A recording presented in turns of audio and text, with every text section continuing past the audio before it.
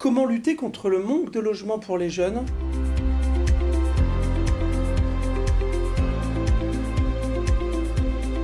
Mathieu, nous avons le plaisir d'accueillir aujourd'hui Sabrina Abel, directrice commerciale d'Apart Study. Bonjour et bienvenue. Bonjour Thierry, bonjour Mathieu. Alors, première question, qu'est-ce qui distingue finalement Apart Study des autres structures comme le Crous ou les résidentes étudiantes ? Alors, Apart Study est géré par une association qui s'appelle Les Quartiers Latins et en fait, on est entre le Crous et les résidences privées. On gère pour le compte de bailleurs sociaux comme 13 Habitat sur Marseille, Villogia. L'avantage aussi que nous avons, c'est que nous sommes plus dans la proximité. Nous signons des partenariats avec des écoles, avec des partenaires institutionnels afin de favoriser l'accès au logement pour les jeunes, les étudiants ou les jeunes actifs de moins de 30 ans. Jeunes actifs de moins de 30 ans. Donc vous gérez, Sabrina, un parc locatif social.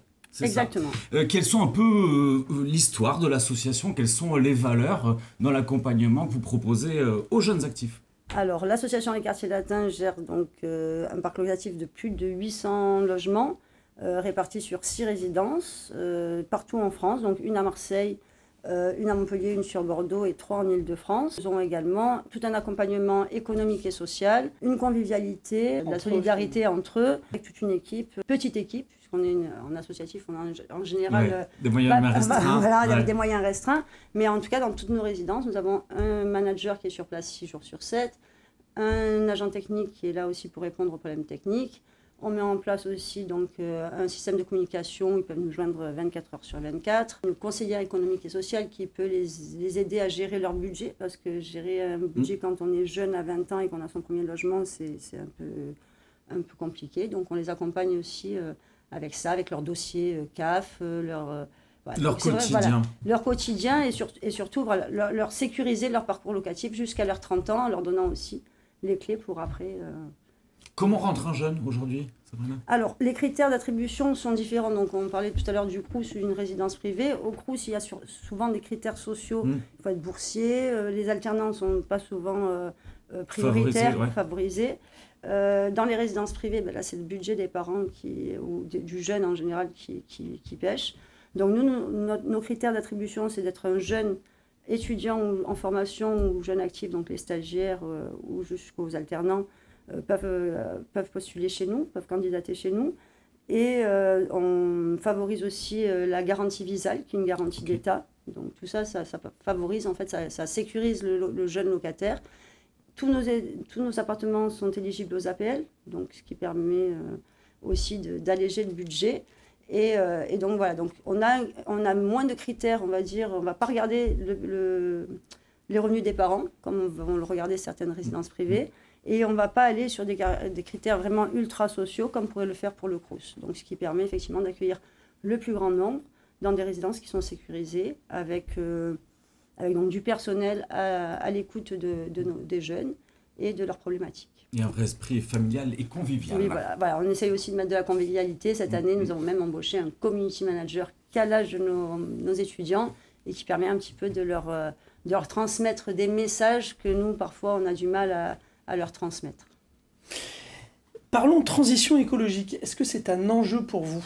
Alors c'est forcément un enjeu puisque le bâtiment en lui-même ou le logement est déjà un très fort consommateur d'énergie et donc il y a plein de choses à faire dans un bâtiment. Un bâtiment, c'est une mini-ville, un mini-pays, donc il faut toujours une mini-économie, donc il faut toujours un petit peu adapter ce qui se fait un petit peu dans le monde à notre petite collectivité.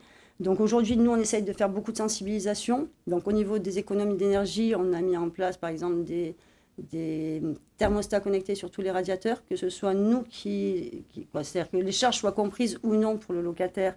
Nous faisons en sorte qu'il puisse maîtriser la température de son logement, parce qu'on a aussi beaucoup de jeunes qui viennent de pays du nord de l'Afrique ou même et quand ils arrivent, effectivement, ils chauffent à fond, même en plein mois d'août.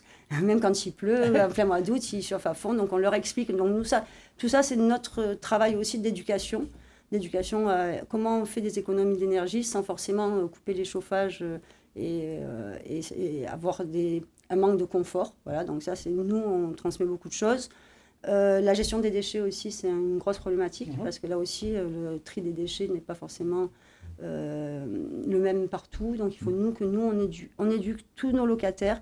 On a des primos, on va dire que c'est des adultes en devenir et on doit les éduquer à tout ce qui va les faire devenir des bons citoyens, voilà, dans un logement. Grosse phase de pédagogie finalement. Oui, grosse phase de pédagogie et puis il faut savoir leur parler, donc il y a aussi beaucoup de convivialité là.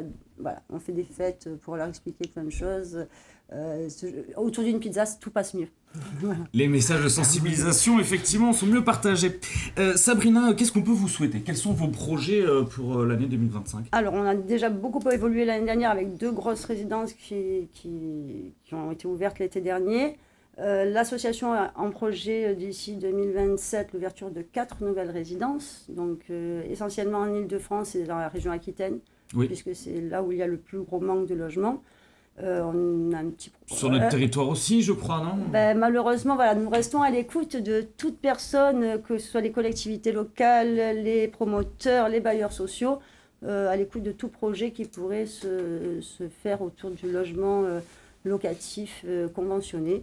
Voilà, nous, on est là pour gérer et on est là pour étudier tout projet. Le message est passé. Merci Sabrina pour ces lumières sur l'accès au logement et sur la pédagogie que l'on peut faire aux jeunes. Je vous remercie pour votre accueil. Chers amis, on vous dit, avec Mathieu, à la semaine prochaine.